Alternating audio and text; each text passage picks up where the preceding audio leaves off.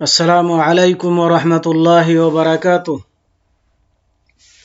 আলহামদুলিল্লাহি রাব্বিল আলামিন ওয়াস সালাতু ওয়াস সালামু আলা আশরাফিল আমবিয়াই ওয়াল মুরসালিন নবিয়িনা মুহাম্মদ ওয়া আলা আলিহি ওয়া আসহাবিহি আজমাইন।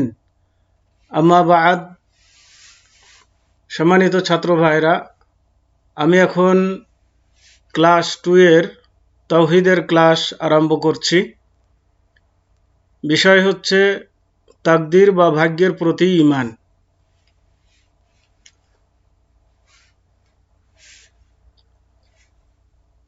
তাকদীরের প্রতি ঈমান হলো এমন দৃঢ় বিশ্বাস রাখা যে আল্লাহ সব কিছুর সৃষ্টিকর্তা। দৃঢ়ভাবে বিশ্বাস রাখতে হবে যে আল্লাহ সব কিছুর সৃষ্টিকর্তা, তার পালনকর্তা ও মালিক, সার্বভৌম। মানে সকল কিছু আল্লাহ সৃষ্টি করেছেন এবং তিনি সকল কিছুকে লালন পালন করেন এবং তিনি তার সার্বভৌম মালিক। এবং সেই পরাক্রমশালী নির্ধারণ করেছেন তাকদীরের ভালো ও মন্দ এবং তার পছন্দনীয় ও অপছন্দনীয় বিষয়। এই তিনি সৃষ্টি করেছেন হিদায়াত ও পথভ্রষ্টতা, দুর্ভাগ্য ও সৌভাগ্য, মৃত্যু ও রিজিক। সর্বশক্তিমান আল্লাহরই হাতে। এসব কিছু আল্লাহ রাব্বুল আলামিনের হাতে, তিনি এগুলো সৃষ্টি করেছেন। আল্লাহ তার জ্ঞানের পূর্ববর্তীতা এবং প্রজ্ঞা ও বিচক্ষণতা দ্বারা সমস্ত সৃষ্টির তাকদীর বা ভাগ্য নির্ধারণ করেছেন।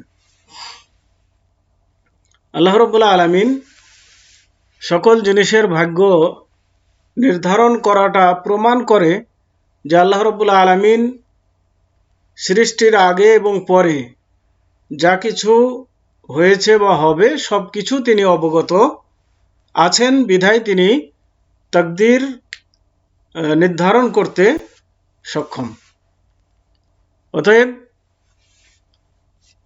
এটি আল্লাহ রাব্বুল আলামিনের উপরে দোষারোপ করা যাবে না যে আল্লাহ রাব্বুল আলামিন আমার ভাগ্যে খারাপ লিখেছে, তো আমি কি করব, এরকম কিছু বলা যাবে না। বরং আপনি কি করবেন এটা আল্লাহ পূর্বে থেকেই জানে, সেই হিসাবেই আল্লাহ ভাগ্য লিপিবদ্ধ করে দিয়েছেন। কিন্তু তারপরেও মানুষের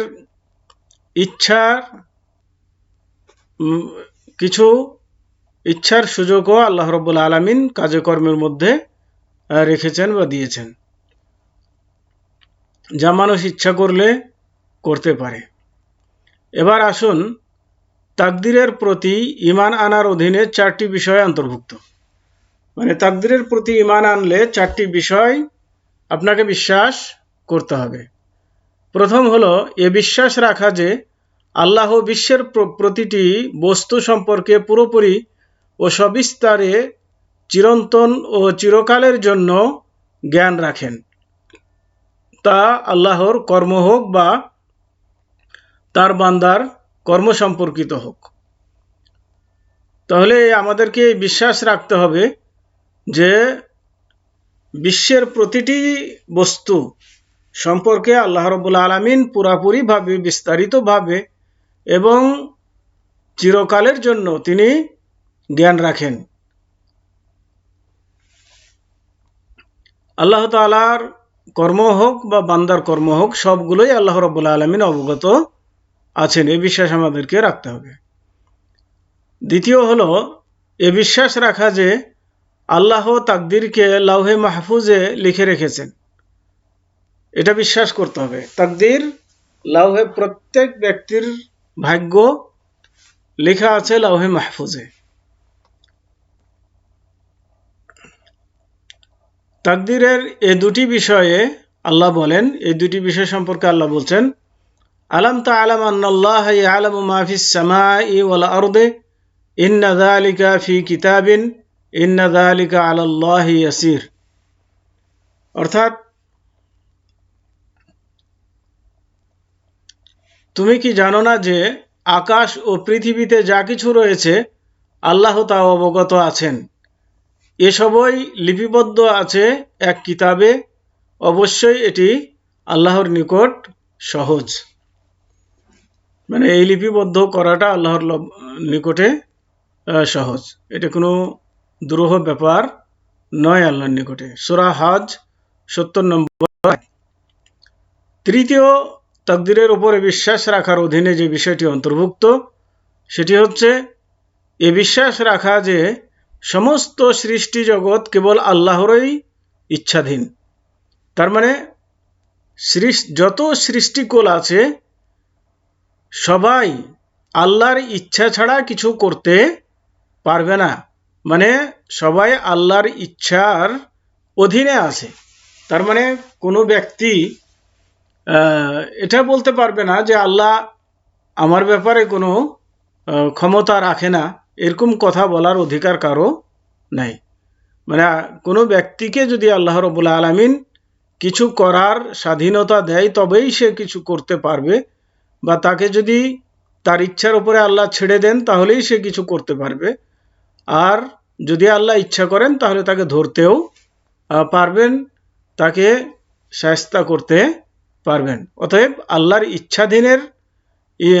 আল্লাহর ইচ্ছার অধীনে সব কিছু অন্তর্ভুক্ত। তা আল্লাহর কর্মের সাথে সম্পর্কিত হোক কিংবা মানুষের কর্মের সঙ্গে সম্পর্কিত হোক, যা আল্লাহর কর্মের সাথে সম্পর্কিত এ বিষয়ে আল্লাহ বলেন, ওয়ারাব্বুকা ইয়াখলুকু মা ইয়াশা, অর্থাৎ তোমার প্রতিপালক যা ইচ্ছা সৃষ্টি করেন এবং যা ইচ্ছা মনোনীত করেন। তাহলে আল্লাহ ইচ্ছা করলে তিনি তা করতে পারেন।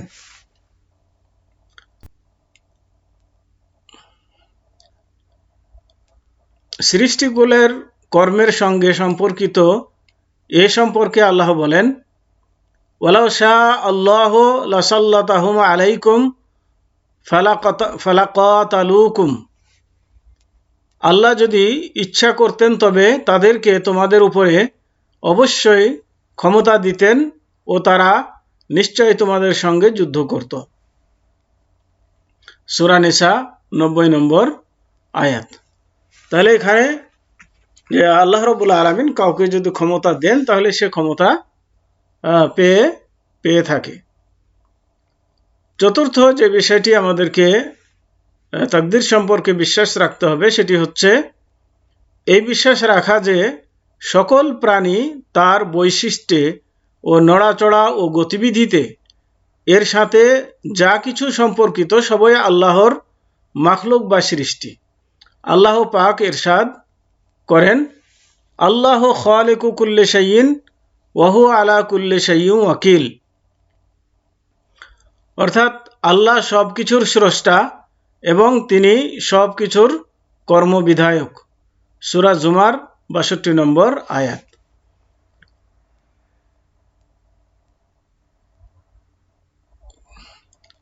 আল্লাহ পাক আরো ইরশাদ করেন, ওয়া খালাকা কুল্লা শাইইন ফাকাদ্দারাহু তাকদীরা, অর্থাৎ এবং তিনি অর্থাৎ আল্লাহ সমস্ত কিছু সৃষ্টি করেছেন এবং প্রত্যেককে পরিমিত করেছেন যথাযথ অনুপাতে। সূরা ফুরকান 2 নম্বর আয়াত। এখানে আল্লাহ রাব্বুল আলামিন বললেন যে প্রত্যেক জিনিসের সৃষ্টিকারীও আল্লাহ এবং প্রত্যেকটা জিনিসকে তার মাপ মতো আল্লাহ রাব্বুল আলামিন সৃষ্টি করেছেন, এর বাইরে যাবে না। আল্লাহ পাক তার নবী ইব্রাহিম আলাইহিস সালাম সম্পর্কে বলেন, তিনি যখন তার কওমকে উদ্দেশ্য করে বলেছিলেন যে ওয়াল্লাহু খালাকাকুম ওয়া মা তা'মালুন, অর্থাৎ প্রকৃতপক্ষে আল্লাহই সৃষ্টি করেছেন তোমাদেরকে এবং তোমরা যা তৈরি করো তাও, তোমরা যা করো তাও। তার মানে আল্লাহ রাব্বুল আলামিন সৃষ্টি করেছেন মানুষকে এবং মানুষের কর্মকে। আমরা পূর্বে যা বর্ণনা করেছি সেভাবে তাকদীরের প্রতি ঈমান আনা বান্দার কাজ কর্মের ইচ্ছা ও পছন্দের স্বাধীনতার পরিপন্থী নয়। তার মানে আল্লাহ রাব্বুল আলামিন যে ভাগ্য নির্ধারণ করেছেন এর মানে এ নয় যে মানুষের কোনো ইচ্ছা বা স্বাধীনতা নেই, এমন কথা নয়, বরং মানুষের ইচ্ছা এবং স্বাধীনতাও সেই কাজের মধ্যে রয়েছে।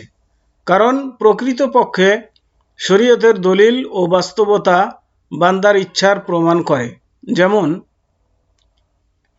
শরীয়তের প্রমাণ, বান্দা যে ইচ্ছা করে এবং সেই ইচ্ছা অনুযায়ী কাজ হয়, সেটাও শরীয়তের দলিল দ্বারা প্রমাণিত।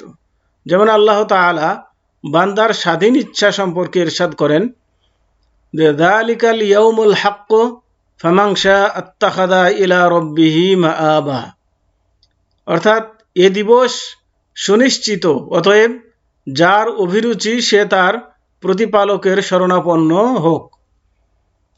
সূরা নাবা ৩৯ নম্বর আয়াত। তাহলে এখানে আল্লাহ রাব্বুল আলামিন বললেন যে যার অভিরুচি সে তার প্রতিপালকের শরণাপন্ন হোক। তার মানে প্রতিপালকের শরণাপন্ন হওয়ার ইচ্ছা বা স্বাধীনতা তার রয়েছে।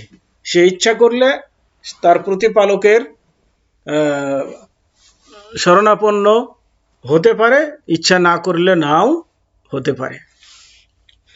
কিন্তু এরকম স্বাধীনতা আল্লাহ দিয়েছেন, কিন্তু বিচার সালিশ তার কর্ম অনুযায়ী আল্লাহ রাব্বুল আলামিন করবেন। আল্লাহ তাআলা আরো ইরশাদ করেন যে নিসাউকুম হারসুল লাকুম ফাতু হারসাকুম আন্না শি'তুম, অর্থাৎ তোমাদের স্ত্রীগণ তোমাদের শস্য ক্ষেত্র, অতএব তোমরা তোমাদের শস্য ক্ষেত্রে যেভাবে ইচ্ছা গমন করতে পারো। এখানে আল্লাহ রাব্বুল আলামিন বললেন যে আন্না শি'তুম, তোমাদের স্ত্রীরা হচ্ছে শস্যক্ষেত্র, তোমাদের শস্যক্ষেত্রে যেভাবে ইচ্ছা তোমরা সেভাবে আসতে পারো, মানে যেভাবে মিলন করতে চাও সেভাবে মিলন করতে পারো। তাহলে এখানে মানুষের ইচ্ছার উপরে আল্লাহ রাব্বুল আলামিন ছেড়ে দিয়েছেন। তাহলে মানুষ যা ইচ্ছা করে সেটা সে করতে পারবে, এমন ক্ষমতাও আল্লাহ তাকে দিয়েছেন। তার মানে তাকে বেঁধে রাখেননি যে আল্লাহ রাব্বুল আলামিন যে এটাই তোমাকে করতে হবে, এটা না করলে এটা ছাড়া তুমি করতে পারবে না, এরকম বেঁধে রাখেননি। মানুষকে কিছু স্বাধীনতাও দিয়েছেন। আল্লাহ পাক মানুষের শক্তি ও ক্ষমতা সম্পর্কে ইরশাদ করেন ফাত্তাকুল্লাহা মাস্তাতাতুম ওয়াসমাউ ওয়া আতিউ, তোমরা আল্লাহকে যথাসাধ্য ভয় করো, শোনো এবং আনুগত্য করো। সূরা তাগাবুন ২৬ নম্বর আয়াত। তাহলে এখানে আল্লাহ রাব্বুল আলামিন বলছেন যে তোমাদের সাধ্য মতো তোমরা কি করো, তোমরা আল্লাহকে ভয় করো। তাহলে এখানেও আল্লাহ রাব্বুল আলামিন কি করেছেন, তাদের সাধ্যের মধ্যে আল্লাহর ভয়টাকে সীমাবদ্ধ রেখেছেন। তার মানে মানুষ ইচ্ছা করলে আল্লাহকে যথাযথ ভয় করতে পারে, ইচ্ছা করলে তাদের সাধ্যমতো ভয় করতে পারে।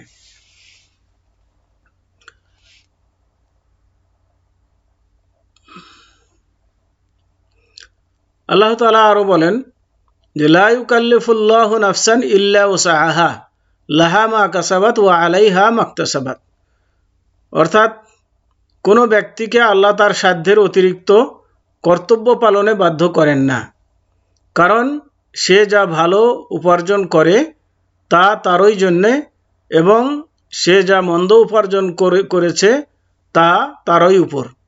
সূরা বাকারা ২৮৬ নম্বর আয়াত। তাহলে এখানেও আল্লাহ রাব্বুল আলামিন বলে দিলেন যে মানুষের সাধ্যের বাইরে আল্লাহ রাব্বুল আলামিন কোনো কিছু তার উপরে চাপিয়ে দেন না। তার মানে তার সাধ্য অনুযায়ী সে যা কিছু ইচ্ছা করতে পারে।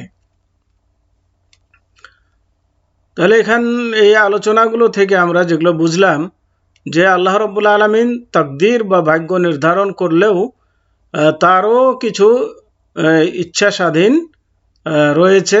ইচ্ছা রয়েছে, বা সে তার ইচ্ছা অনুযায়ী ভালো বা মন্দ করতে পারে।